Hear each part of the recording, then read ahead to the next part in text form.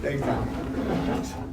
All right, guys, I'm gonna short track too, but I guess anytime you come off a week with 2 conference wins, it's a good thing, you know, and it really was for us. I was disappointed in our performance, but I went back and looked at a lot of things, both on that game and throughout the years, and it is what it is. I mean, we have to get better. We talked a lot for the group the next day about what the next couple of days are going to be like and what the next couple of weeks are going to be like. I told you 3 weeks ago that our schedule ends about as tough as anybody's. We have 2 big road games this week, so it starts. And obviously, it starts with Purdue, one of the best teams, not only in the league, but in the country. And winning on the road there is one of the more difficult places to play. I think Mackey Arena is amongst one of the toughest we play in, conference or non-conference. And I think this is a really experienced Purdue team. You know, they've got 3 guys in Smith, Lawyer, and Kopp and Wren that seem like they've been there forever. Smith is one of the premier players in the whole country. He's been up for Player of the Year. Everything he's gotten has been deserved. He's broken assist records. He's ranked nationally in a lot of things. He can score it. He can get steals. He can pass it. He can do it all. And Lawyer is one of the better shooters in our league. He's been that way for 4 years. And I think Kaufman-Wren has improved his game each year, and now he's becoming more dominant in that low post. And then when you get away from those guys, they have tremendous size. And Clough, the kid they got at 6'11", 260 or 70.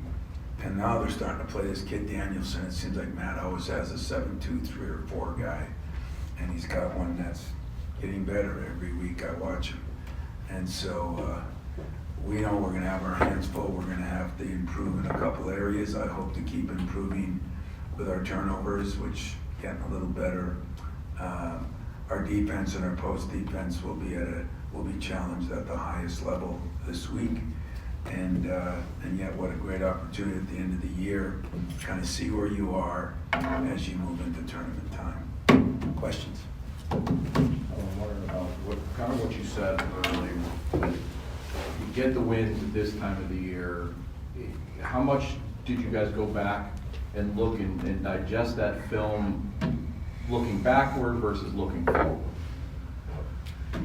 Yeah, I think a lot more looking forward, to be honest with you.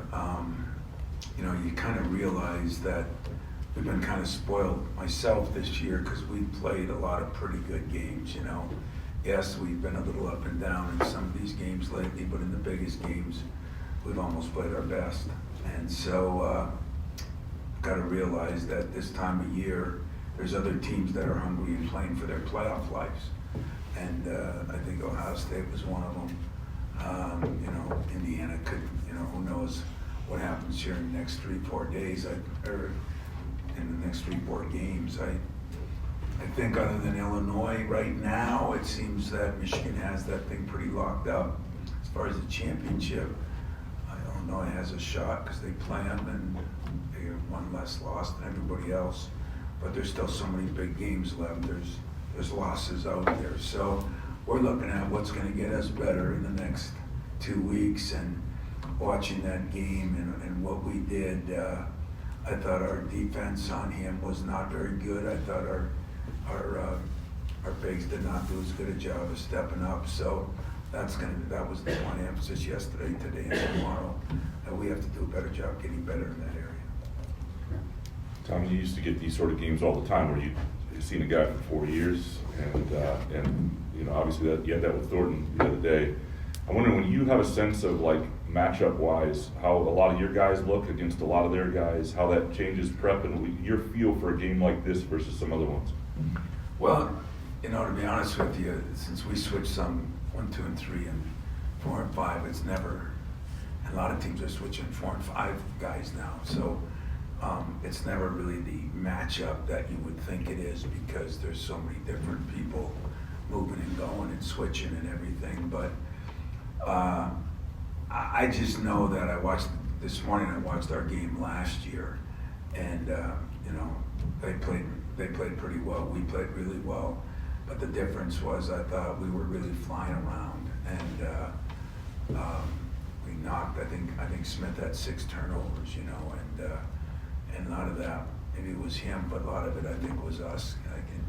Getting loose balls, knocking balls loose. Our bigs did a good job coming up, and so I don't think the individual matchup is quite as important as the team matchup. Tom, I was wondering about Mackey. You talked about being one of the hardest places to play. What makes it so difficult, and over all your experience there? Yeah, well, I mean, they've got a good home court advantage like we do. Their student group. Mackey is the same size as Michigan State, but being 99% bleachers, everything's a little closer. And I think the biggest thing about playing down there, they've been good just about 99% of the time I've been here, whether it be as an assistant or as a head coach. Great tribute to Gene Cady, who I'm supposed to see on Friday, and a great Wednesday night or Thursday morning, and a tribute to Matt. He's continued it on, but their crowd is great. Basketball in Indiana is basketball in Indiana. Their student section is awesome, but I think part of it too is the size of it and the way the arena is and the bleachers, and I think part of it, a big part of it, is the teams they've had. They've always been good. When they're not good, which was only a few times, they're always competitive. So, yeah, it's a tough place to play. 2 questions for you. And one's building off that. I was talking to Gary Harris the other day, and he mentioned it's a shooter's gym. It's not hard to win at Mackey. A lot of teams would disagree with that, but I wonder how much of this has to do with the way that Matt Painter's built that program and year over year sort of improved the, not necessarily the caliber of guys, but just building his vision, if you will, as a coach. Yeah, he's done Gene had some great teams there too, and great players, but Matt's done it a different way. Gene had those big guys that were strong. Now Clough is one of them, but Matt has these big guys that are 4 inches taller than Gene's guys, and then still can play, and yet the strength of their team still may be their guard play. When Smith, he started for I think 4 years, and some of the records he's created. I mean, we're kind of lucky when you see these guys been here for 4 years that play like they play. I mean, Thornton was if you didn't have to coach against him, you'd love watching him play. You'd love to see what he's done. And I guess because I've been in the league so long, I have a great appreciation for those guys that stay and have success 4 straight years. It's hard to do that. So I'd say that Matt is putting his own stamp on the program, but there's a lot of Gene in it. Just like I put my own stamp on this program, the way we do things and every one of us has a mentor, and you don't forget where you came from. Building off that too, you talk about mentorship, Mark Montgomery and what he's done at Detroit Mercy. It seems like they've rounded a corner a little bit. Is that nice for you to see one of your proteges? It is. I'm happy for Monty. He's starting to win some big games, and we were watching the game when he won one at the buzzer. It was on TV night before we played. We were on the road, and the whole team was watching it, and that was pretty cool. It is fun to see your guys do well, and I vote for all of them, and we'll see what happens here in the near future, but Monty's doing a good job down there, and I'm happy for him. I guess you were going to have a team meeting Sunday night. Did that happen? And anything come out of it that you No, I didn't say I was going to ask the players were going to have one, and yes, they did, and I don't know what came out of it. That's the beauty of it. I shouldn't know what came out of it. That's between them, but I gave them some bullet points on things that I think they had to talk about. It really wasn't, it was just disappointing for me to be at home, a nationally televised game. It would seem like a big game, and but I think when what's his name got hurt, I think players are human too. They look at things and they see things and let their guard down a little bit. And I also think, I told you Ohio State, Thornton couldn't have played better. He played really well. You got to give him some credit for that. So, it's moved forward. We played, what have we played? 27 games. And we played probably two pretty damn good games, you know, and we've had some slip-ups, but if I look back on other years, we've had some slip-ups where we lost more games. We're 22-5 and got a lot of positive things to build on. I just wanna, when you get to the point, you know, you need to be getting better at the end of the year, and that's what I'm harping on. Going back to Judd and Gene and you and Matt and you and Gene to a certain degree, I'm just wondering, it's a rare respect between schools in this rivalry. I'm wondering how it affects these games, if at all, if that makes any sense. You know, the best thing I can say, it's very respectful, you know. I said, you know, I came up, it was Katie Knight, Clem Haskins. I mean, those weren't basketball games, those were wars. And, but they were good and they were very respectful. I mean, everybody kind of appreciated.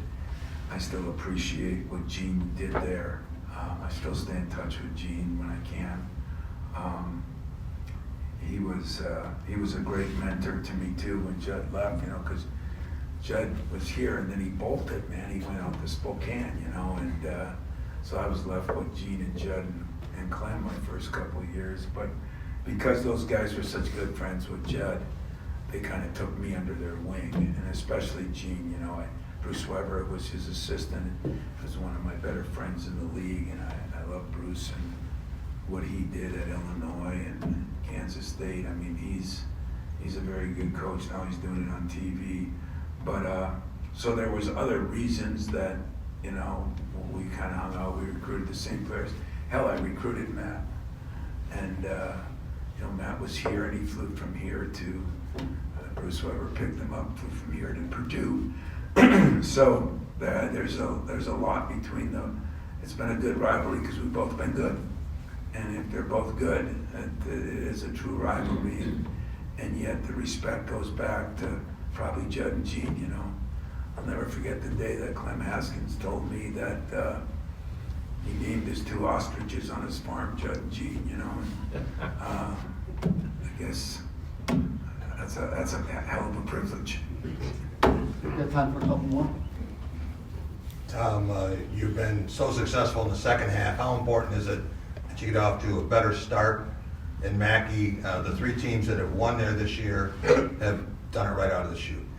Yeah, you know, there's that's what you do. You go back and you look at, well, how did this team beat him and how did this team beat him? And some teams shot well and sometimes they didn't shoot well. But getting off to a good start helps when you're on the road anytime. There's no question about that. How we do that, hopefully they came up with that in their team meeting. You know, I'll put a little bit of pressure on the players instead of on the coach. But we all got to do our job when you go on the road. That's the beauty of going on the road with a team, is it's usually 25 people against the world. And that's usually where you bond and you figure out things in there. As you know, people are right on top of you. I mean, it's a great environment, you know, and I look at it as a privilege to play in places like that. And Jeremy has been so good so often this year. How concerned are you that he focuses just on the game, not on anything individual with Braden? See who the best point guard is or player of the year or any of that stuff? Yeah, you know, I don't see that. They're both very good players. I mean, Braden's got a couple years on Jeremy, and they're different players, you know. What I got to make sure is that my guy does what he needs to do to help us win, just like I'm sure their guy will do. But I don't think, because of what I said earlier, it's not quite the matchups that it used to be, because there's so much switching and changing and things like that. It's a little different. We're not making it a big deal. I bet you they're not either, because they do the same thing, you know. So my biggest concern really is, I mean, he's a concern because he makes so many other people better. But right now, their post players are playing damn good too. And you know, foul trouble that we got in last week, I mean, those are some of my concerns. It'll be the most physical game maybe you've seen in a while, I think. I think they're very physical in a good way too. So I don't know. I'm not worried about, I think Jeremy's growing. You know, there were things last game, you know, I think he's realizing and growing as he goes. I've talked to a couple of influential coaches around the country that I know, And, you know, you think you got a problem or you've got a situation, but a lot of other people have had those and worked through them. And I kind of like the progress he's making now. You know, he's understanding that that he's a little bit of a marked man. He put himself in that position somewhat, and you got to work your way out of it. So, and I feel comfortable he's doing that. I wanted to ask you a little bit more about Braden Smith too. He seems like one of those guys that if you're able to disrupt him a little bit, maybe disrupts Purdue's offense quite a bit. I'm wondering how you handle that, especially given what Jordan has done defensively the last few weeks and having him kind of lock in on Thornton a little bit, how much maybe that his defensive progression helps change what you guys are in this matchup. Yeah, it helps change it. I think our defensive guy, Jeremy's got to be the guy that does it on a regular basis, but you don't cover Braden Smith with one. I mean, he is, like I said, he's fun to watch film on. I mean, he really is. He's got some shiftiness to him. Poor kid's only 170 pounds. I say poor kid, he's tearing everybody apart, but he's shooting it better. He's improved his three-point shooting, I think, and he's going to be guarded by a bunch of people. I mean, what we did a better job of last year, our bigs did some helping and did a better job on him collectively. I mean, he'll be a team effort because he's not only that way, but he's got a little nastiness to him for a skinny guy, and yet, you know, you better, as writers and as coaches, it's guys like that you want to, you know, I'll pull for him when I'm done playing him, you know, because I think he's done a lot for our league. I think some of those guys that stand the test of time, we should all appreciate. Anything else? Who's the best? One. It's got to be quick, guys, only because Tom, you mentioned Cam one of Ward. the most gymnastics, thanks to Fred tonight. You know how to keep scoring gymnastics? Yeah, it's a 10 is the best, and sometimes it's a little under I that. like when you're down 3 and you kick a field goal and you tie it up. I never know. Anyway. You like when we're down 3 and it's a grand slam home run, you win by 1. Who are you kidding? Go ahead. Many times you mentioned you felt like Cam Ward had sort of a breakout in him. Obviously, the season getting late. You still feel like that? Oh, there's a guy I had a meeting. Who could that be? You know, I talked to Cam a long time last night. I think him and Jesse got to, you know, do more. I mean, Cam, I'll tell you a funny story is this summer, we were talking about rebounding, and Jackson Kohler last year got every rebound in practice every day, you know, but he was going against different people, and then all of a sudden Cam comes to town, and Jackson kind of didn't disappear, but disappeared compared to what he was doing the year before, and I reminded that to Cam last night, you know. I don't know, because I don't want to blame it on an injury, because I'm not good at that, but, you know, he was really playing well up into the injury, and sometimes it could be just the time you miss, the time you come back and you don't get to be in live stuff. Sometimes it could be your confidence. Sometimes it could be you've never been injured and you don't know how to handle it. But, you know, he hasn't played with quite the same recklessness, and I think he needs to do that for us. And so, yeah, I think Cam Ward is very important in this next, hopefully, 4, 5, 6, 7, 8, 9 games, whatever it is. I think he's going to be very important. We learned the other day, you know, there could be foul trouble. You know, you get into the NCAA tournament, it seems like things get called tighter. So we're putting kind of a big emphasis on those two guys, and spent some time with them last night after my radio show. We're good. Good. Curiosity question, but we're good. Thanks, guys. Thank you. Appreciate it.